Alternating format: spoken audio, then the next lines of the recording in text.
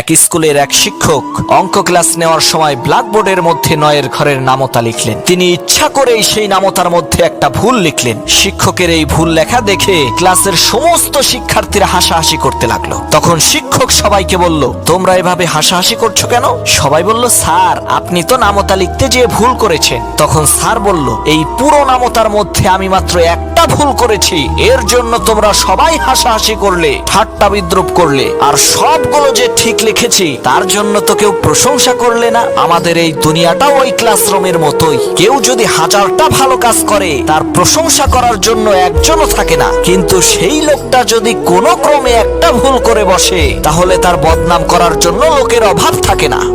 এক স্কুলের হেডমাস্টার তার স্ত্রীকে সাথে নিয়ে তার এক বড়লোক বন্ধুর বাসায় দাওয়াত খেতে যাবে। সে হেডমাস্টার তার স্ত্রীকে জিজ্ঞেস করলো, আমার বন্ধুর বাসার কেউ যদি তোমাকে জিজ্ঞেস করে যে হেডমাস্টার তোমার কি হয়, তাহলে তুমি কি বলবে? হেডমাস্টারের স্ত্রী বলল, কেন? আমি বলবো আমার স্বামী হয়। হেডমাস্টার বলল, সর্বনাশ, এই কথা বললে তো সবাই বুঝেই যাবে তুমি যে লেখাপড়া জানো না, তোমাকে একটু স্মার্ট হইতে হবে। তুমি বলবা যে হেডমাস্টার হচ্ছে আমার হাজবেন্ড। তার স্ত্রী বলল, যথাজ্ঞা মহারাজ, আপনার সিদ্ধান্তকে অগ্রাধিকার দেয়া হবে। যে কথা সেই কাজ। সেই হেডমাস্টার এবং তার স্ত্রী বন্ধুর বাসায় দাওয়াত খেতে গেল। তার বন্ধুর বাসার লোকেরা হেডমাস্টারের স্ত্রীকে জিজ্ঞেস করলো, হেডমাস্টার আপনার কি হয়? সে হেডমাস্টারের স্ত্রী বলল, আমার হাফ প্যান্ট হয়। লোকেরা বলল, কি হয়? সে আবার বলল, আমার হাফ প্যান্ট হয়। এই কথা শুনে হেডমাস্টার মাথায় হাত দিয়ে বলল, এই অশিক্ষিত বউ, তুই তো আমার ইজ্জত পামসার করে দিলি রে। এক ছেলে মসজিদের মোল্লার জন্য একটা মাটির পাত্রে ক্ষীর নিয়ে আসলো। সেই মোল্লা না জানি কতকাল পরে ক্ষীর দেখতে পেয়েছিল, যার কারণে মোল্লা সেই ছেলেটির হাত থেকে তাড়াহুড়ো করে পাত্রটি নিয়ে বিসমিল্লাহ বলা ছাড়াই হাত না ধুয়েই ক্ষীর খাওয়া শুরু করে দিল। ক্ষীর খাওয়া শেষ করে মোল্লা সেই ছেলেকে বলল, কিরে, ক্ষীর এত অল্প করে এনেছিস কেন? একটু বেশি করে আনতে পারলি না? সেই ছেলেটি বলল, হুজুর আর বইলেন না, এনেছিলাম তো বেশি করেই, রাস্তার পাশে ক্ষীর রেখে একটু হিসু করতে গিয়েছিলাম, এসে দেখি কুকুরে অর্ধেক খেয়ে ফেলেছে, যার কারণে এই ক্ষীরটা একটু কমে গেছে। ছেলেটির মুখে এই কথা শুনে সেই মোল্লা এক আছাড় মেরে সেই মাটির পাত্রটি ভেঙে ফেললো। তখন সেই ছেলেটি কাঁদতে শুরু করলো। সেই মোল্লা বলল, কিরে তুই কাঁদিস কেন? তখন ছেলেটি বলল, হুজুর আপনি করলেন কি? আমি যদি বাড়ি যাই আমার মা তো আমাকে মেরেই ফেলবে। এই পাত্রের মধ্যে আমার ছোট ভাই রাতের বেলায় মুতে, আর সেই মহামূল্যবান পাত্রটি আপনি ভেঙে ফেললেন। এক লোক কবর থেকে মানুষের কঙ্কাল চুরি করত, তার নাম ছিল কালোচোরা। তার এই কঙ্কাল চুরির বিষয়টি এলাকার সবাই জানতো।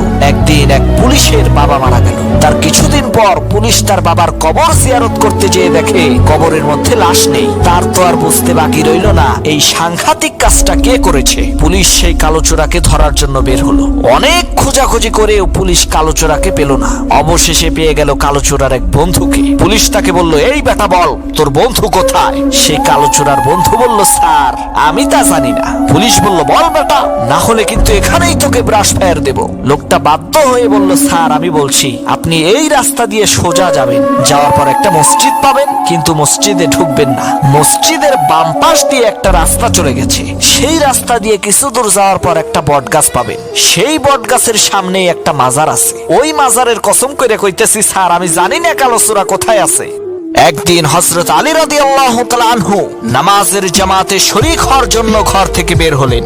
এদিকে কয়েকজন কাফের ফন্দি আঁকলো যাতে হযরত আলী নামাজের জামাতে শরীক না হতে পারে। তাই তারা হযরত আলীর পথে দাঁড়িয়ে রইল। হযরত আলী তাদের কাছে আসলে তারা হযরত আলীকে জিজ্ঞেস করলো, আলী আমরা তোমার কাছে কিছু জানতে চাই, দয়া করে আমাদেরকে বলবে সেই বিষয় সম্পর্কে? হযরত আলী বলল, কি জানতে চাও বলো। কাফেরেরা বলল, হে আলী তুমি বলো তো কোন প্রজাতির প্রাণী ডিম দেয় আর কোন প্রজাতির প্রাণীরা বাচ্চা দেয়? সেই কাফেরদের প্রশ্ন শুনে হযরত আলী রাদিয়াল্লাহু তাআলা আনহু সাথে সাথে উত্তর দিলেন, যেই প্রাণীর কান বাহিরে থাকে সেই প্রজাতির প্রাণীরা বাচ্চা দেয়, আর যেই প্রাণীর কান ভেতরে থাকে সেই প্রাণীরা ডিম দেয়। সেই কাফেরেরা লক্ষ্য করে দেখলো কথা তো সত্য। তারা বিস্ময়ে বিমূঢ় হয়ে বলতে লাগলো, সর্বনাশ, আমরা নিজেরাও তো এই প্রশ্নের উত্তর জানি না, হযরত আলী কিভাবে এর নির্ভুল উত্তর দিল? এক লোক এক বুজুর্গ ব্যক্তিকে জিজ্ঞেস করলো, হুজুর, আল্লাহ তাআলা বলেছেন রোজাদারের পুরস্কার তিনি নিজের হাতেই দেবেন। এই জিনিসটা আমার বুঝে আসলো না। নামাজ, হজ, যাকাত, আল্লাহর রাস্তায় জিহাদ, আরো কত আমল আছে, সেগুলোর সওয়াব আল্লাহ নিজের হাতে দেবেন না, শুধুমাত্র রোজার সওয়াব নিজের হাতে দেবেন কেন? তখন সেই বুজুর্গ বলল, তাহলে শোনো, ধরো এক ব্যক্তি নামাজ পড়ে না, কিন্তু সেই ব্যক্তি এমন একটা মজলিসে গিয়েছে যেখানে সবাই নামাজ পড়বে। তখন সেই বেনামাজি লোকটি নিজের সম্মান বাঁচানোর জন্য সবার সাথেই নামাজ আদায় করে। আবার লোকেরা ইলেকশনে ভোট বেশি পাওয়ার জন্য দান খয়রাত করে, হজ করে, গরিব মানুষকে যাকাত দেয়। লোকে তাকে বীর বলবে, এই জন্য জিহাদ করে। কিন্তু মানুষকে খুশি করার জন্য সুবেহ সাদেক থেকে নিয়ে সূর্যাস্ত পর্যন্ত কোনো পাগলেও না খেয়ে থাকবে না। তাই যে ব্যক্তি রোজা রাখবে সে শুধুমাত্র আল্লাহ তাআলাকে খুশি করার জন্যই রোজা রাখবে। এই কারণে আল্লাহ তাআলা রোজাদারের পুরস্কার নিজের হাতেই দেবেন।